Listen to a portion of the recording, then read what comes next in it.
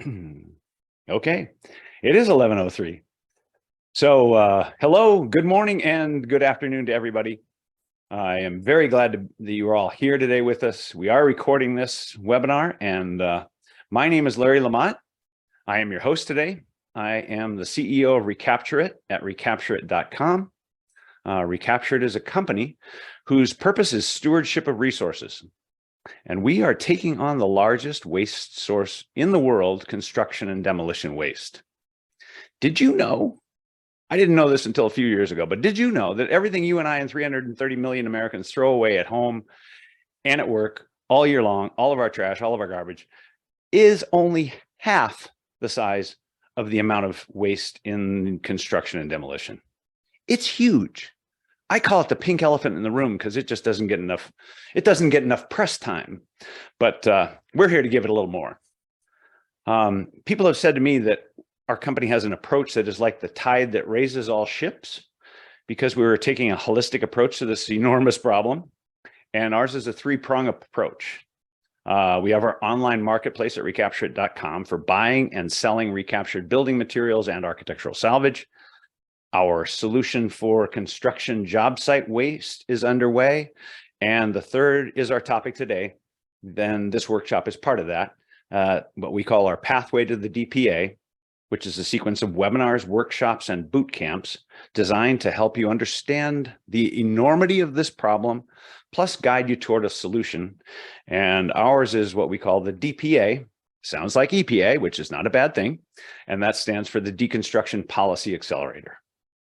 So you've heard terms like circular economy, ecology, sustainability, zero waste, carbon footprint, embodied carbon, even carbon sequestration, which is kind of my favorite. And these are, we'll touch on these in our conversation today, but we're not going to talk much directly about them. This is more of a practical discussion with one exceptional expert about an incredible option to the single largest waste producing set of practices in the world, construction and demolition waste, and the one key thing that can be done to stop that: deconstruction of dead buildings. So let me share my screen here quickly. Where'd the button go? There it is.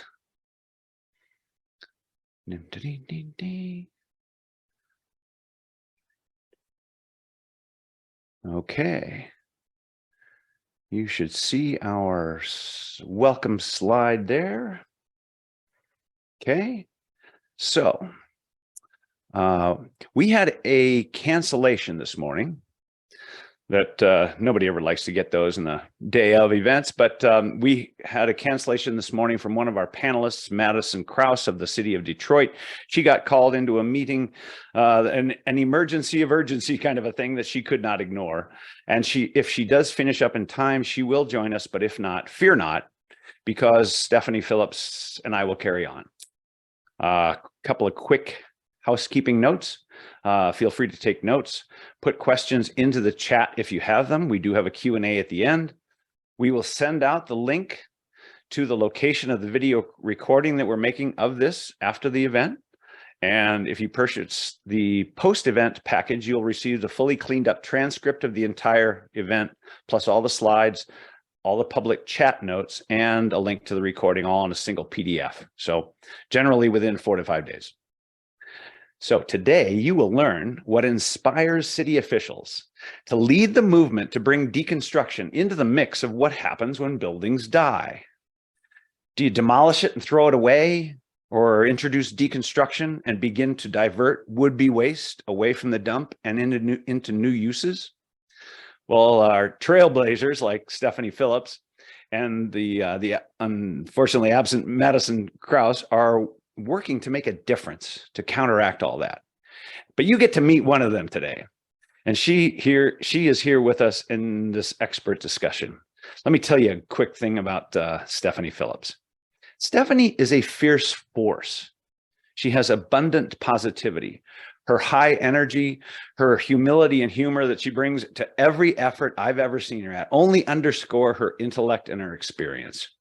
Stephanie has a bachelor's degree in interior architecture from the University of Madison, Wisconsin at Madison, where I was born.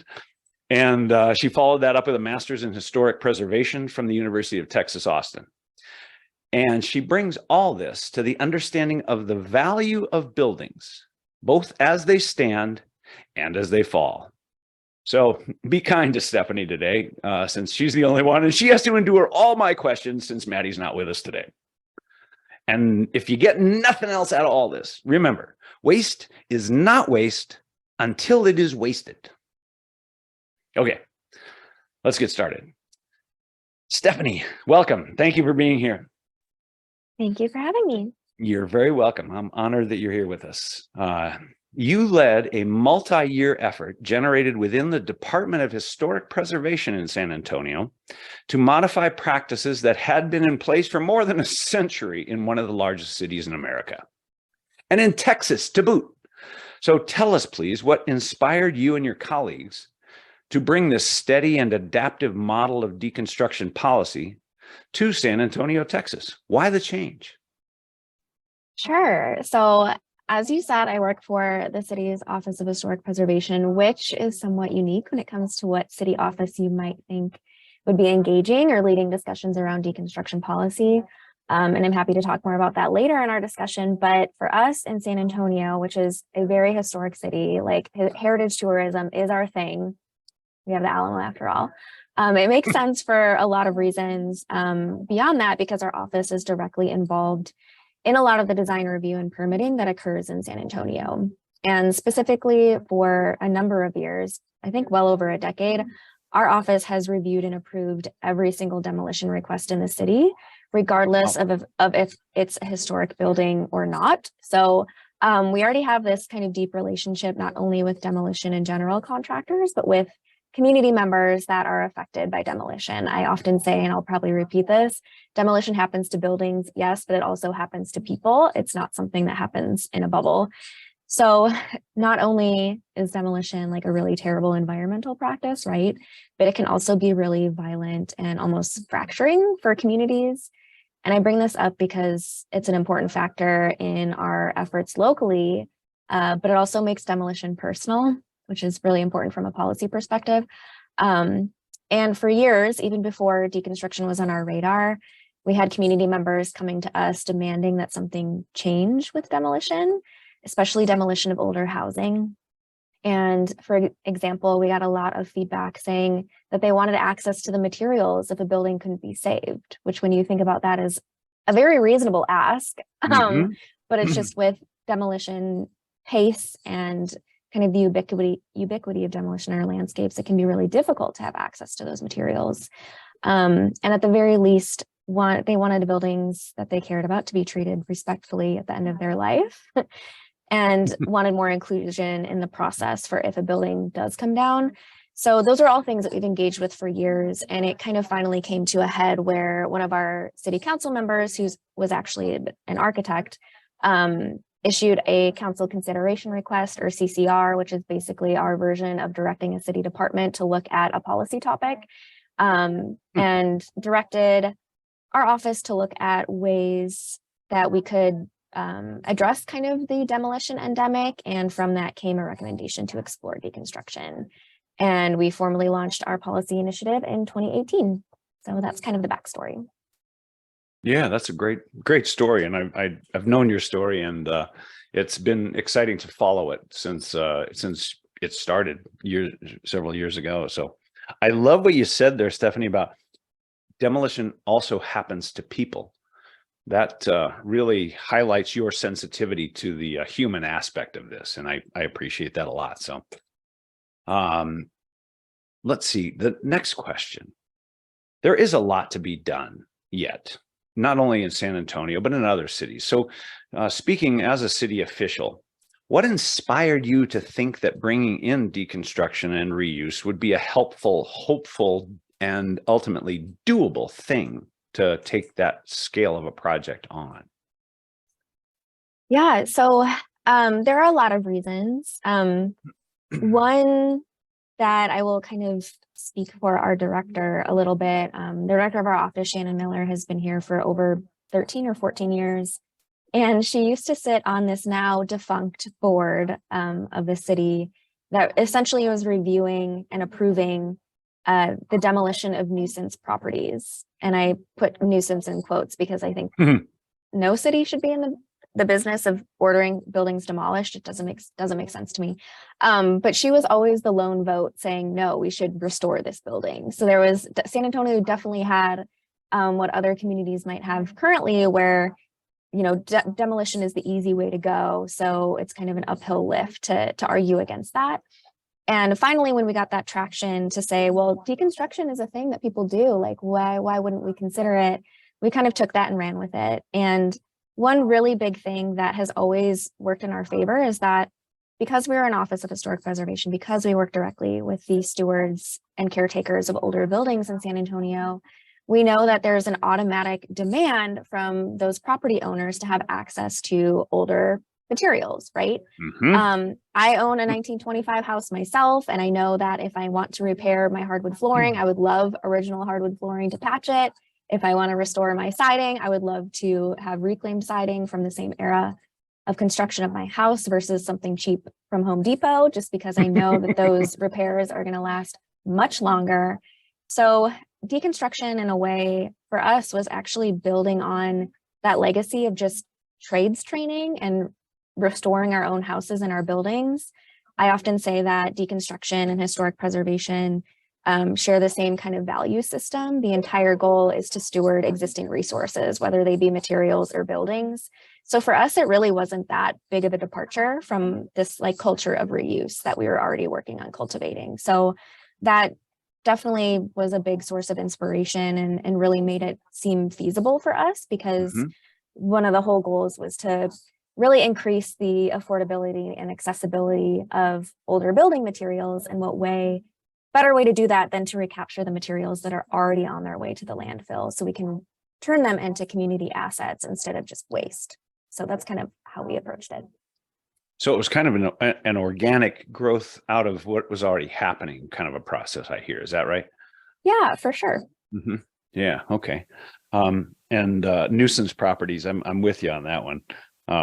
And one of the reasons when my wife and I bought our home here in the middle of the state of Washington was that it was a rather ordinary looking house on the outside, but somebody had done what I love, which was to extract all sorts of doors and other artifacts out of a doctor's office that was built in the early 1900s. So we have these big, beautiful mahogany doors in our house with different frosted glass in each one.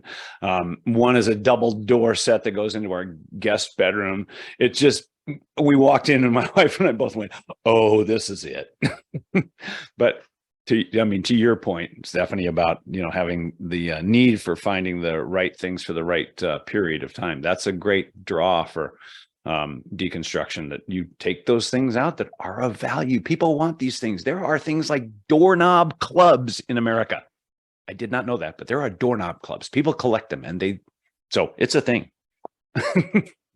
Anyway, let's go on to the next one here. So we at my company at ReCapturit are just entering into this policy creation stream, and so we look to you as an obvious kind of a standard bearer for that. And I'm obviously advocating for policy as a means of bringing in greater reuse and less waste.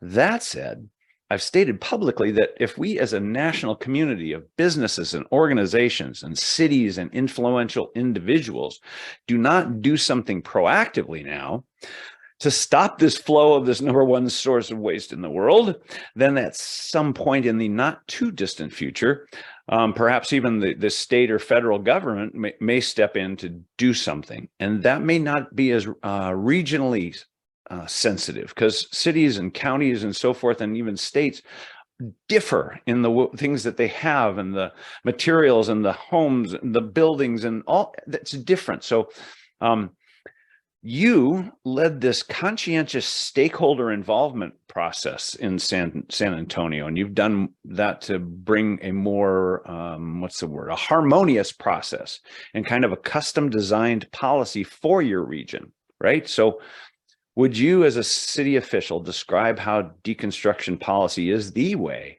to gradually and incrementally and collaboratively make a difference in stopping this flow with minimal collateral damage and maximum collaboration? Sure. Did I say too much? Sorry. No. It's a big question. And of course, our work in San Antonio doesn't answer it completely, but it starts, charting a path, I would say. I'm definitely of the belief that without providing a clear path to the reuse of materials as an alternative to new items in both policy and practice, that widespread dependency on new products are just going to endure. Like, it's a huge lift to ask people to change their ways of buying, and we need structural change to support all of our collective ambitions of reuse at all scales. But you are right, reuse is hyperlocal, and part of like my number one recommendation to any city that's exploring the potential of a local deconstruction ordinance or policy, whatever that might look like, is to talk to the people that are working in your community, right? Yep. So one of the first things we did, kind of following the path that Portland did, was launch a deconstruction advisory committee. And we wanted to bring every single stakeholder that deconstruction could or would touch to the table immediately, including what some people may tab as like adversaries to a deconstruction policy, like developers or large-scale building owners, sometimes demolition contractors, but also putting them in the same room as environmental advocates and public health advocates and affordable housing advocates, and giving us the space to work through that.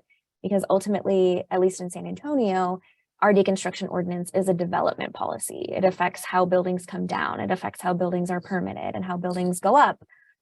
So it was really important for us to approach that locally and truly develop a policy that made sense for San Antonio. And some of the ways that our own communities are very different from each other include like the political climate. I mean, you had mentioned earlier, like, wow, you did this in Texas. Yes. We are not at all engaged with our state government because they are not very environmentally friendly, whereas places like Portland and Oregon, that's a very, very environmentally friendly state legislature. So even that dynamic between a city and state is very, very different and requires a lot of different strategic approaches to how to develop policy.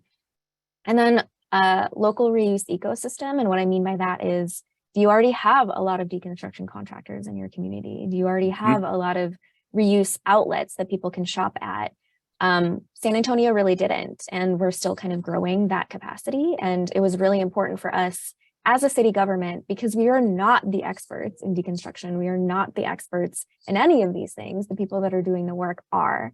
So for us, it was really about listening and also creating that intentional space for people to come together and develop and recommend to us what the policy should look like. And it really was a byproduct of that collaborative stakeholder process. One of our most active and engaged committee members ended up being our development community, which we're actually really proud of. And they made our ordinance better. Like, they're the ones that are looking for ways to streamline and make sure that it's not going to impact kind of the day-to-day business of our development.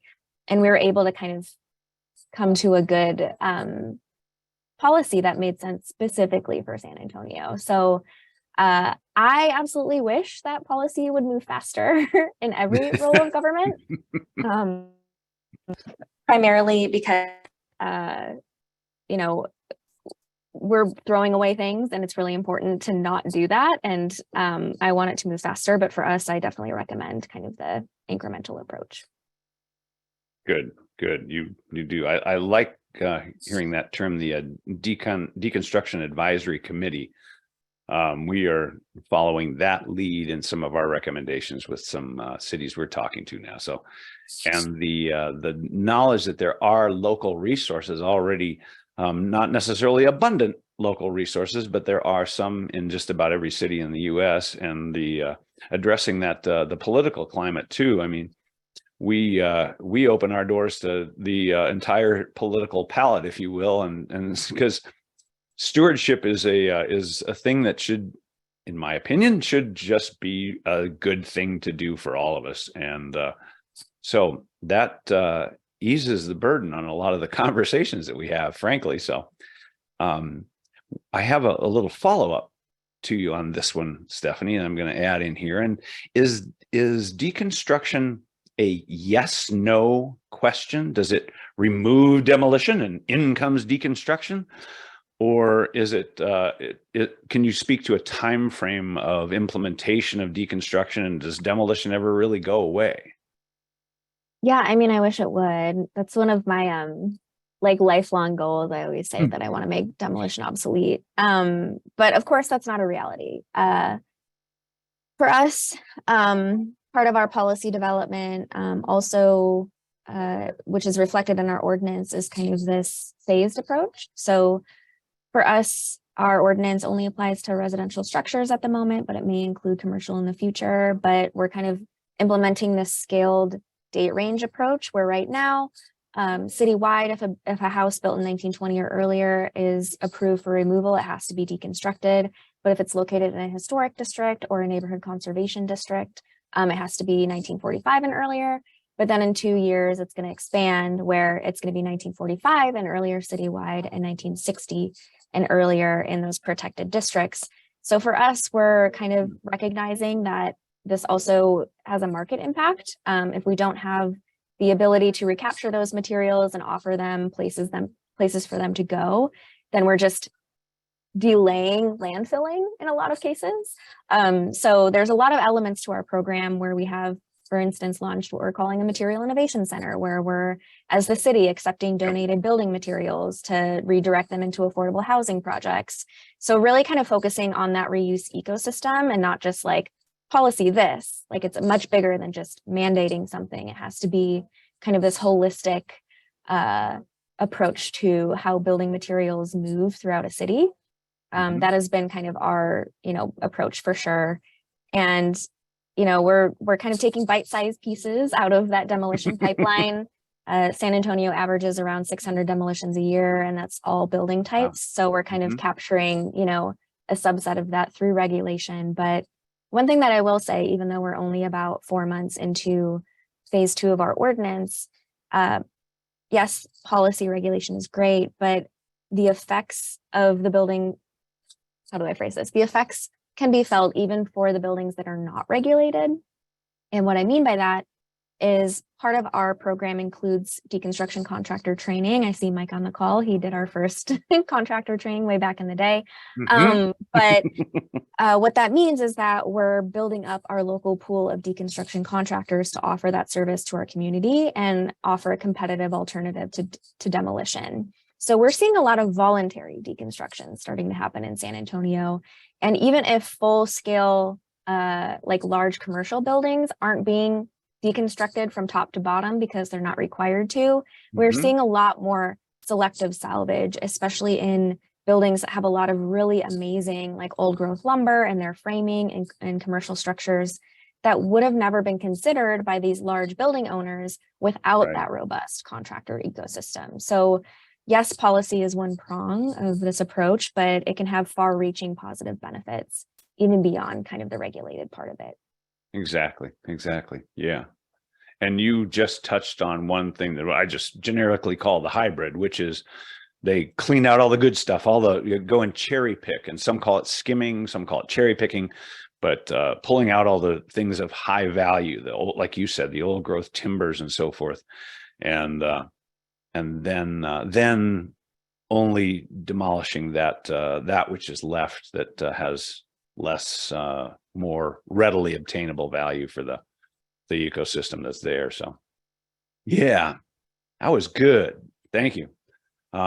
This next question, Stephanie, was right up Madison's alley, but I think you know a lot about this too, and that's about recycling and reuse. They're often confused. And they're sometimes considered equals, but they're not. So would you please describe for us the difference between recycling and reuse, and particularly the advantages of moving toward reuse, especially with the scale of the problem that is construction and demolition waste? Yeah. So I will say, like, I'm not at all like a recycling expert, but I do know a little bit about it. So one thing that I definitely can say is that what I'm proud of in San Antonio is that from the beginning, we have wanted our ordinance and our policy approach to focus on reuse, right? we rarely use the term diversion, because diversion can mean diversion from the landfill, but then we have to think critically about what that means. Does that mean we're downcycling the material? Does that mean we're burning wood for energy? Does that mean we're crushing concrete for aggregate? Or does that mean that we're using building materials for the highest and best use that they were originally intended for? So we're really kind of taking the reuse approach and intentionally doing that because its environmental benefit is a lot higher. Exactly. So for us, that's why I already kind of mentioned this earlier.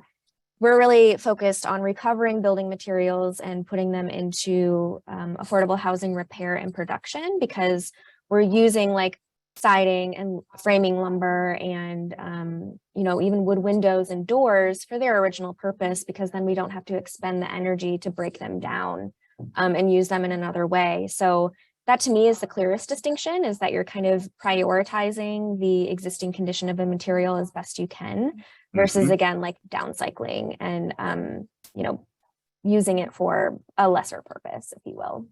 Yep. Yeah. Thank you. See, lots of stuff. I knew that. You knew that. You did also touch on the hierarchy of reuse, and obviously, I'm coming from the historic preservation department, and your background. The use of the entire building is optimal, of course, and then to renovate and retrofit is next, and then if you dismantle next, and down to recycling, and then down to demolition, and finally down to just throwing it away, which unfortunately is the standard, and we are all working very hard to turn that about. So yeah, good answer. Thanks. Okay. So let's see. I'm going to skip one here, but so we ReCapturit with our Deconstruction Policy Accelerator are expanding into the world of helping cities create deconstruction policies and incentives. And you've already done this. So experiencing what you have already done in San Antonio, and you touched on this with just a word or two a few minutes ago, but I'm going to call them hot button topics that cities have to consider relative to bringing in deconstruction. And there are those that are hot topics that are both good and bad. There are financial incentives and there are financial drawbacks. There are, I don't remember what you said exactly, but I use the word cantankerous stakeholders who think that it's a ridiculous waste of time and a hindrance to business and so forth, when you know what, actually we can show that it's not. So are there things that are hot buttons that you can highly recommend that cities and officials consider, whether that's stakeholders or politics or code changes or what, please? Oh, there are so many. But yeah, one of the things that I'm really proud of with our efforts in San Antonio, and it all goes back to that advisory committee where we brought those stakeholders to the table at the beginning. I've talked to some city officials before that are considering this, and they're like, well, I don't know if we want to include the development community because they're not going to like it. And I'm like, that is why you have to include them, right? Exactly. Like, it doesn't make sense to develop a policy that caters to a specific side, or to just like not include the people that this is going to directly affect. And part of the benefit of bringing people together is that, we were able to very much demonstrate over the several years that we were developing this policy that, yes, deconstruction might be an inconvenience to someone that wants to do something quick and fast and cheap, but that it has all of these community benefits. I think that is one thing that our field specifically could do a lot better at, is connecting building removal to public health, to affordable housing, to climate action. And again, going back to what I said at the beginning, connecting it to the lived experiences of people. Sometimes we look at buildings and we're like, okay, we're really focusing on waste diversion. And it's like, okay, but why is that important to a community? Why is that important to our community's health? And for us, we were able to really finesse a lot of data and information and bring it together and overlay this really important story that in San Antonio, for example, the most demolished building type is small scale, naturally occurring affordable housing that is disproportionately providing shelter to our most vulnerable communities.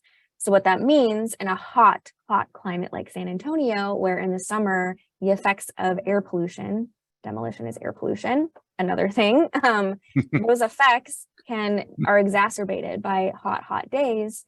And that just means that the people that, again, demolition is happening to are experiencing that fugitive dust, are breathing in that toxic air.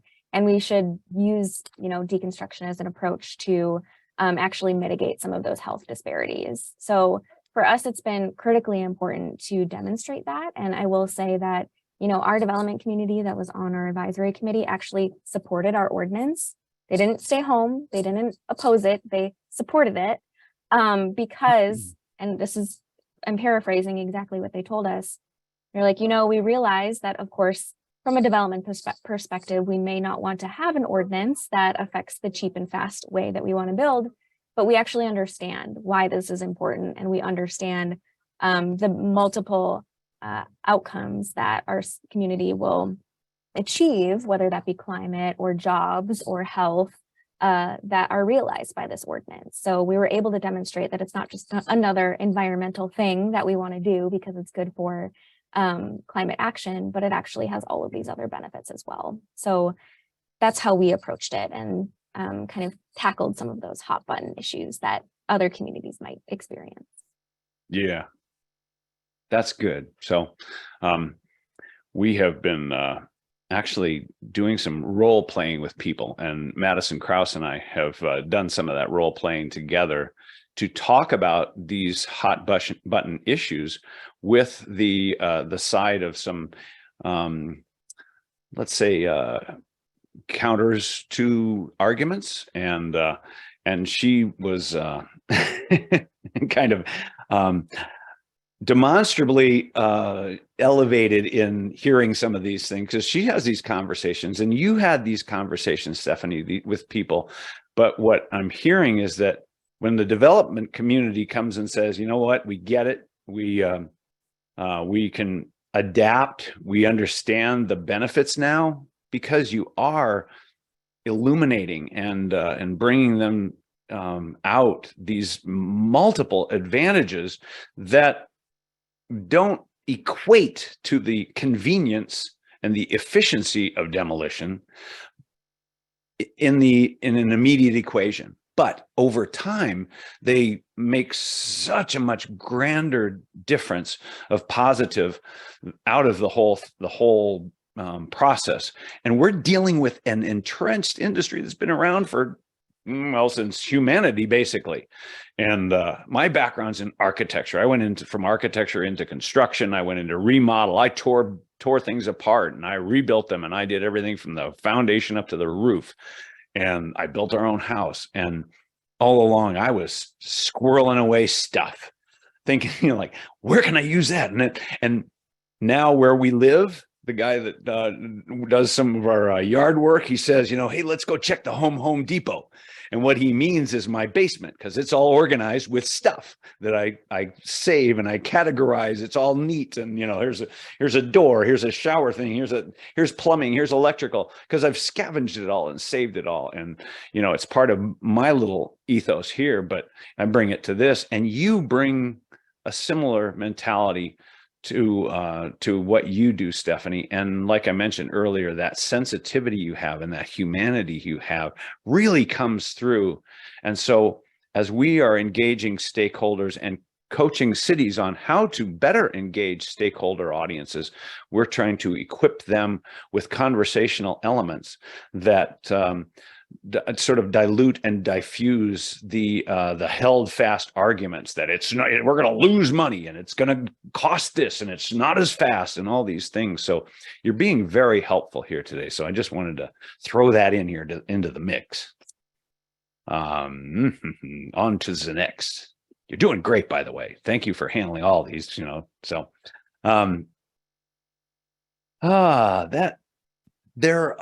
you mentioned some of the potential advantages that you see of bringing deconstruction into the mix, like job creation. There was a wake-up call during the COVID experience, and it started actually very close to where you live over in Houston. And a lot of people don't know this, but the supply chain issue that happened, and when was that, started in 2020 and in through 2021, those really affected things. They affected prices, they affected flow, timing. There were house builders that were not actually putting in the appliances in new homes because they couldn't get them. They were just giving people a sort of an allowance for what would be an appliance here in this hole. You're just going to have to buy it, and good luck, which spoke to the supply chain issues like the Suez Canal thing. And the one down in Houston that most people don't know about is that when you had that big freeze a couple of winters ago, that shut down resin production, which is a product that is made in the petroleum industry in Houston. And 90% of the resins that go into wood products like plywood and so forth are made there. Oops. So couple that freeze with all the other supply chain issues and the Great Resignation and not being able to get truck drivers and so forth, things got really stalled. But what did that really affect the supply to our salvage sellers? Not really. So that once we get this whole industry of deconstruction and reuse amplified and bigger, and the availability of materials in enough quantity and quality and consistency so they can go into larger scale projects, rethink commercial projects, things are going to change, and tools are part of it. So I'm kind of answering the own question here, sorry, but some of the things that are happening now, it is a system, and the little parts like tools I mentioned. 5 years ago, I was telling people, when enough materials are available and deconstruction becomes more prevalent, those who manufacture tools are going to wake up and go, oh, they need specific things to do specific things in their part of the business. Well, they pretty much have jerry-rigged everything now, except for an occasional nail puller. Yet there's a company called Urban Machine that is a robotics lumber cleaner. It pulls all the metal out, staples, nails, screws, bolts. It cleans the surface.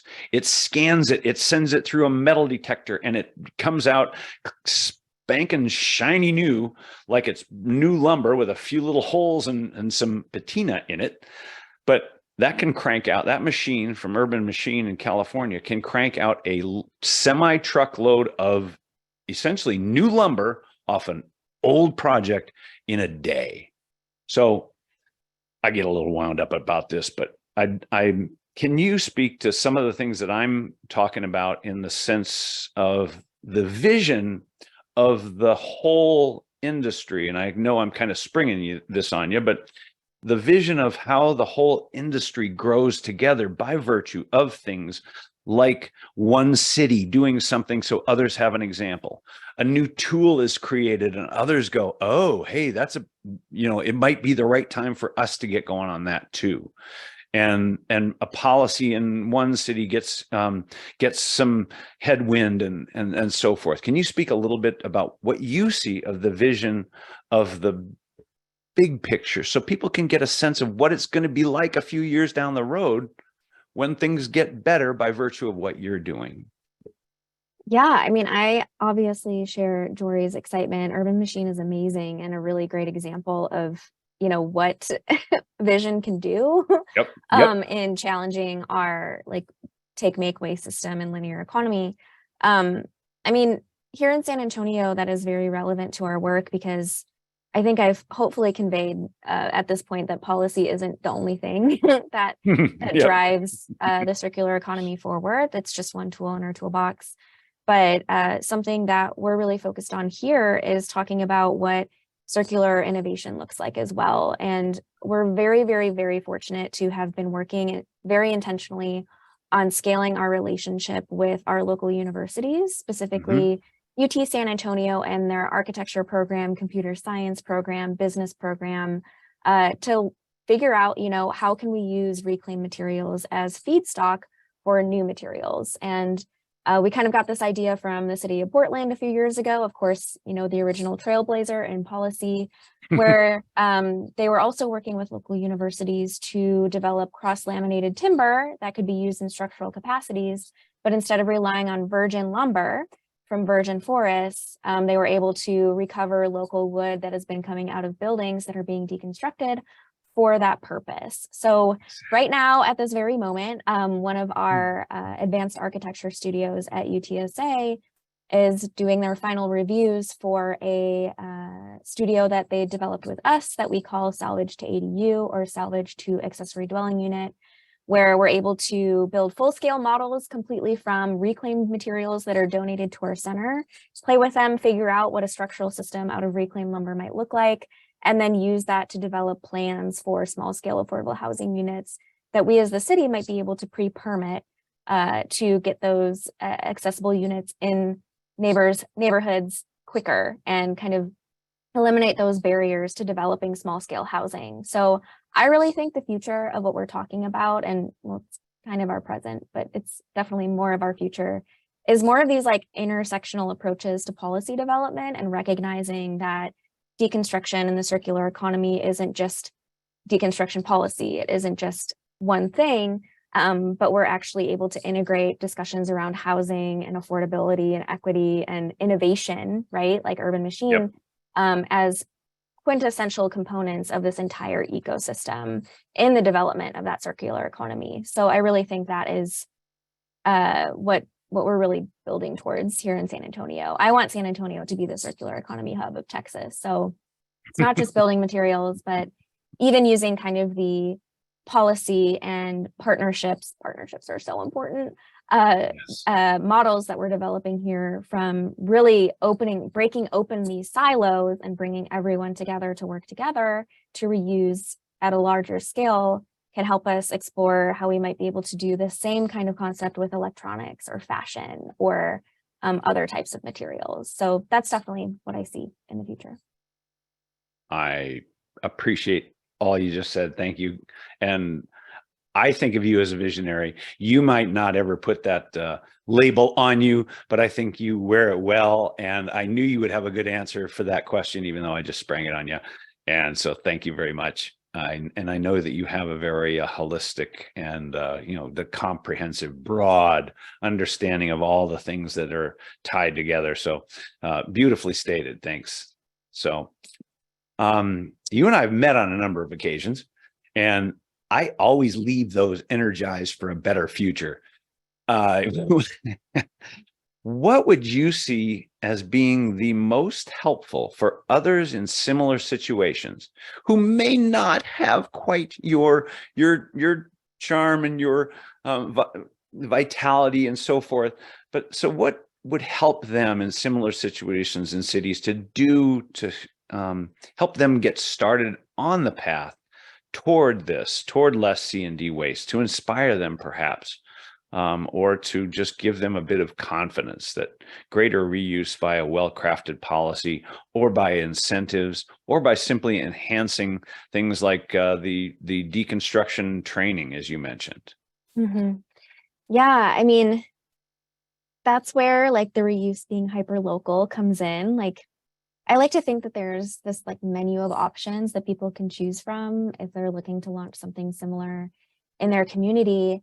And that menu can be something that you play with and explore. I think one of the lowest hanging fruits is just developing resources, right? One of the first things that we did, like, yes, San Antonio was directed by our city council to explore a policy, but we didn't know what our ordinance was going to look like 4 years later, right? But one of the first things that we started doing, I'm going to mention two things that I think anyone can do, which is do like a neighborhood association tour. That's what I called it. But essentially, we reached out to all of the neighborhood associations that have a lot of older residential housing stock and just asked, you know, can we come present to your community about the concept of deconstruction, and really just open up that conversation. And I think that was really productive. It wasn't a ton of our, like a huge use of our time, but it helped introduce people to that there was an alternative to demolition. And we haven't really touched on this in this conversation today, but consumer education is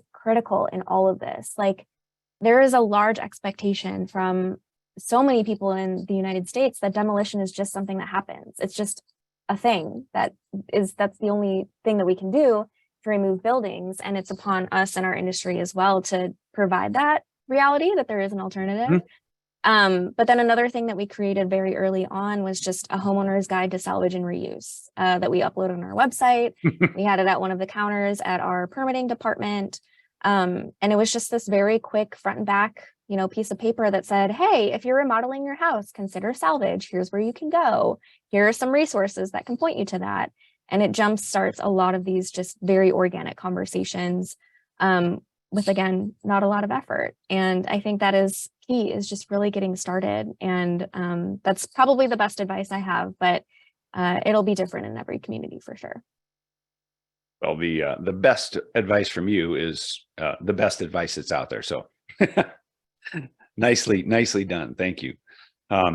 We're at about 10 minutes away. I mentioned earlier that anybody can put questions into the chat.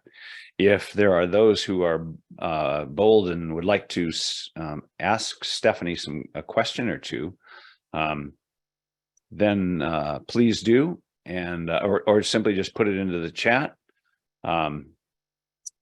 If not, then we will. We do have. I can have a couple more questions I could ask of our guest panelists today, but I actually would love to respond to something that Bo mentioned in the chat. Then please do. Bo, 100% Urban Machine should go to Canada. That would be amazing. But one thing you had mentioned, the bottleneck around finding labor for denailing during deconstruction, which is definitely important. Something that I haven't mentioned quite yet, yes, we have deconstruction contractor training, but what's really critical in San Antonio is that because we have defined deconstruction as almost like a traditional construction trade, we have integrated it as a training pathway in what we've called our Living Heritage Trades Academy, which is a college alternative where people can learn how to restore wood windows or completely rehabilitate a pre-1960s house as a viable career path. And the model of that training is to do a 5-day hands-on training course and then do a 10-week paid apprenticeship with a master craftsman, whether that be a master craftsman that focuses on rehabilitation or someone that does deconstruction. And the great thing about that setup of reviving this apprenticeship model, which is such a great model, is that we've developed relationships with our local workforce development partners where our office does not pay for salaries. The workforce development agencies pay for the salaries, and it's completely free to the apprentice host. So workforce is really, really key, like a really key element of kind of that policy ecosystem. And I say that because we're able to address that labor shortage through kind of that apprenticeship pipeline. So we've been able to kind of mitigate that by committing to having training, yes, but then also directly engaging our workforce agencies to create creative funding structures. And the other labor that we use are students, like our architecture studio that I mentioned just recently. They volunteer denail at deconstruction sites because I know, and this may be true for you, Larry, when you're going through your architectural education, a lot of architectural education in the United States is so much like in a room in like an architecture model, like, and not a lot of it is on site where you're actually learning how to build or unbuild a building. So something that we've been committed to as the city is to help introduce architecture students that are so used to living in a digital model and put them on actual construction sites and have them help contractors that are actually doing deconstruction and renovation work. So another great way to kind of approach that. Yeah. Nice. That fires me up because that's been part of my inspiration for this since day one when I had the idea for our company, ReCapturit, was my architecture school experience, which you mentioned. So, and I've always wanted to have contests, things like a 3-day vignette that all the students have to design and then source the materials for, like a gazebo or a shed, a garden shed or something. And in teams, they've got to build it and out of all used materials that they scavenge, buy, source somewhere. and that's one. And we have a nice direct relationship with one of your alma maters, UT Austin, and their Department of Engineering, which has architecture and environmental engineering and civic engineering in it. And we're working directly with them to start some programs in, like you're mentioning. And then at my alma mater for architecture school was University of Oregon. And I've just gotten some inroads into there to talk with the architecture department there to do similar things. And it might even work out that we get to do a studio, a full, a semester studio kind of a program that would incorporate reuse. So yay you and yay us, and that's a great way to get the future bubbling up. Because I'll tell you what, in way back when I was in architecture school in the 80s, we actually talked about building buildings that would be deconstructible. We talked about using bolts instead of rivets, about not using glues but using screws, and how can you build things into components that can be taken out rather than elements. Components being things like a whole window and a frame, and elements being the wood lumber that goes into a window frame. So and how can you make those more readily disassemblable, and in the 1980s, and so now that it's really happening, I'm just buoyed by what you're doing and what you're talking about and what you and I see all the time out there that's happening in this whole industry. And it is really bubbling it up and burgeoning and about to blossom. I think we're close to a tipping point. I don't know when that is, but it's going to happen. And I tell people, this is a fun one. I tell people, you're going to see used materials like stacks of used 2x4s or whatever. You're going to see them on Home Depot shelves and Lowe's. And people are like, wait, what? But it's to your earlier point, Stephanie, that people don't really know that demolition is a bad thing, or it's even if there's even an alternative, but the word's getting out. So, and we're all part of that. Let me check to make sure we got any more questions. And Lauren, Lauren